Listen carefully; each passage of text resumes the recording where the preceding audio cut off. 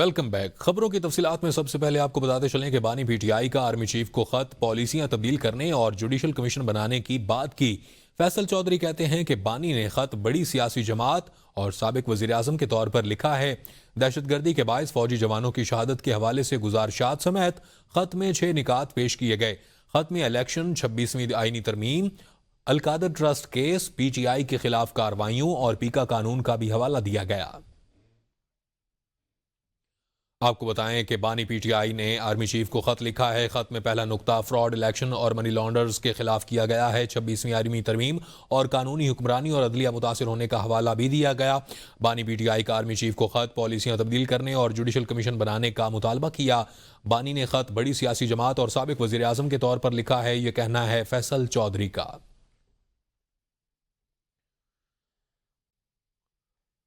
पाकिस्तान तहरीक इंसाफ के chairman barrister Gohar का कहना है कि बानी पीटीआई ने आर्मी चीफ को बतौर साबिक वजीर आजम खत लिखा है। खत में कहा गया कि फौज और अवाम में खलीज नहीं बढ़ना चाहिए, हम इंतशार नहीं चाहते, फौज हमारी है। बैरिस्टर गोहर ने यह भी कहा कि बानी पीटीआई का खत पीटीआई का पॉलिसी शिफ्ट नहीं है। खत में बानी पीटीआई ने सिपा सालार से पॉलिसियों पर नजरसानी का कहा है। आपको बताएं कि बानी पीटीआई ने खत में जो का मुतालबा किया है वो कोई पीटीआई की पॉलिसी की तब्दीली नहीं है। एक पॉलिसी शिफ्ट पाकिस्तान तहरीक इंसाफ के नहीं है, लेकिन खान साहब ने जो लेटर लिखा है वो यही कह रहे हैं कि मैं साबिक वज़ीर आज़म की हैसियत से और पाकिस्तान तहरीक इंसाफ जो इस वक्त मुल्क की सबसे बड़ी पॉलिटिकल पार्टी है उसके नाते मैं कोई चीज़ें फौज के सालार के सामने मैं याद दहानी कराना चाहता हूँ कि कुछ वजूहात ऐसे हैं जिसकी वजह से इस्टेब्लिशमेंट और अवाम के दरमियान खलीज बढ़ रहा है। ये किसी सूरत नहीं होना चाहिए, लेकिन मेरे सामने कुछ वजूहात है। ये वजूहात मैं बयान करना चाहता हूँ कि इनकी जो पॉलिसी रीजंस है इस पे आप नज़रसानी करें। और इसी के साथ ही आपको बताएं कि वज़ीर आला खैबर पख्तूनख्वा अली अमीन गंडापुर कहते हैं कि बानी चेयरमैन का आर्मी चीफ को खत अच्छी बात है, देखते हैं कि आर्मी चीफ की तरफ से क्या जवाब आता है। 26 नवंबर से पहले और बाद में बानी की मुंतकिली के लिए 90% मामला तय पा गए थे। बानी पीटीआई चाहते थे कि उनकी मुंतकिली से पहले कारकुनान को रिहा किया जाए। वज़ीर आला अली अमीन गंडापुर ने कहा, बुशरा बीबी को कहीं अकेला नहीं छोड़ा, अगर वो कह दें अकेला छोड़ा है तो अपना मौक़िफ़ दूंगा। और पार्टी में ग्रुप बंदी के हवाले से वज़ीर आला ने कहा कि आज तक पार्टी में ग्रुप बंदी नहीं की।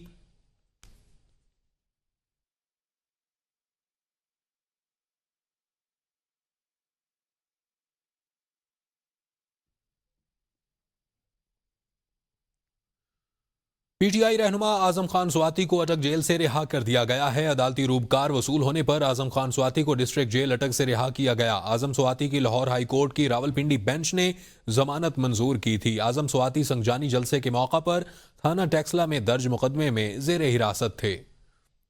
आपको बताएं कि पीटीआई रहनुमा आजम खान स्वाति को अटक जेल से रिहाई मिल गई है। पीटीआई रहनुमा आजम खान स्वाति को अटक जेल से रिहा कर दिया गया है। अदालती रूबकार वसूल होने के बाद आजम स्वाति को डिस्ट्रिक्ट जेल अटक से रिहा कर दिया गया।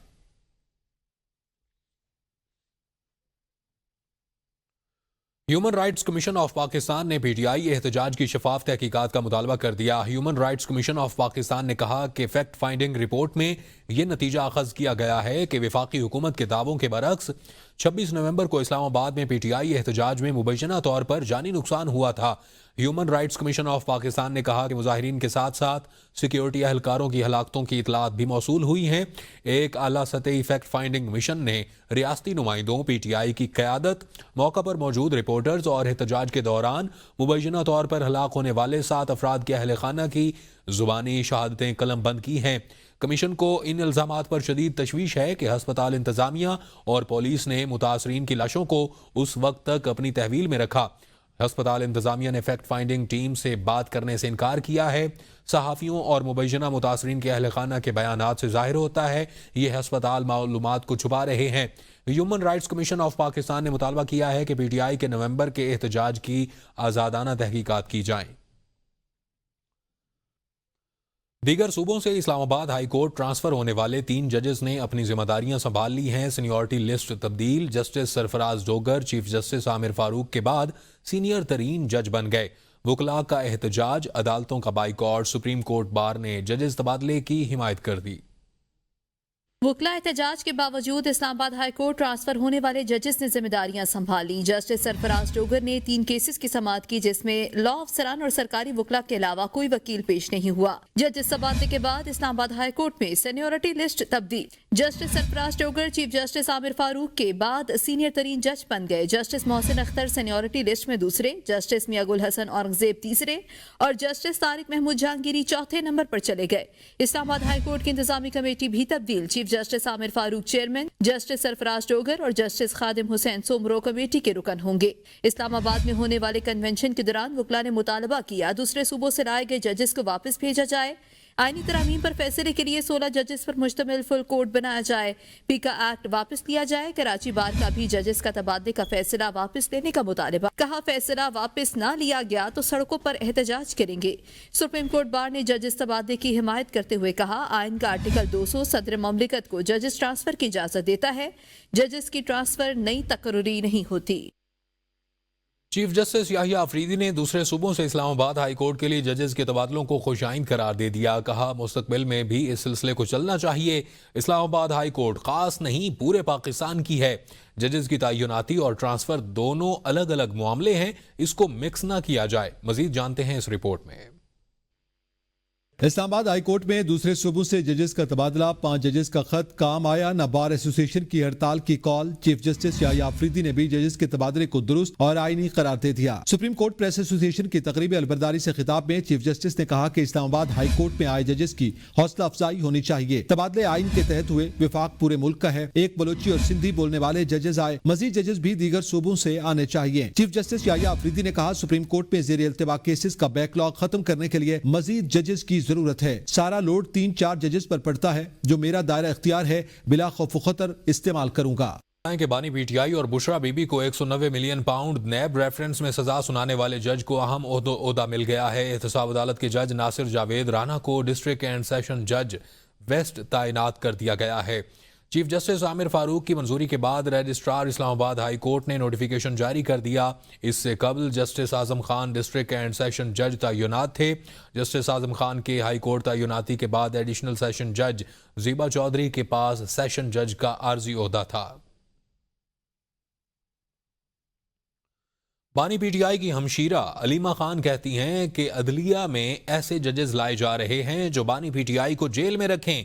हमारी अदलिया में ऐसे लोग हैं जो इंसाफ दे सकते हैं, लेकिन उनको ऐसे जजेस की जरूरत है जो सजाएं दें और बानी को जेल में रखें।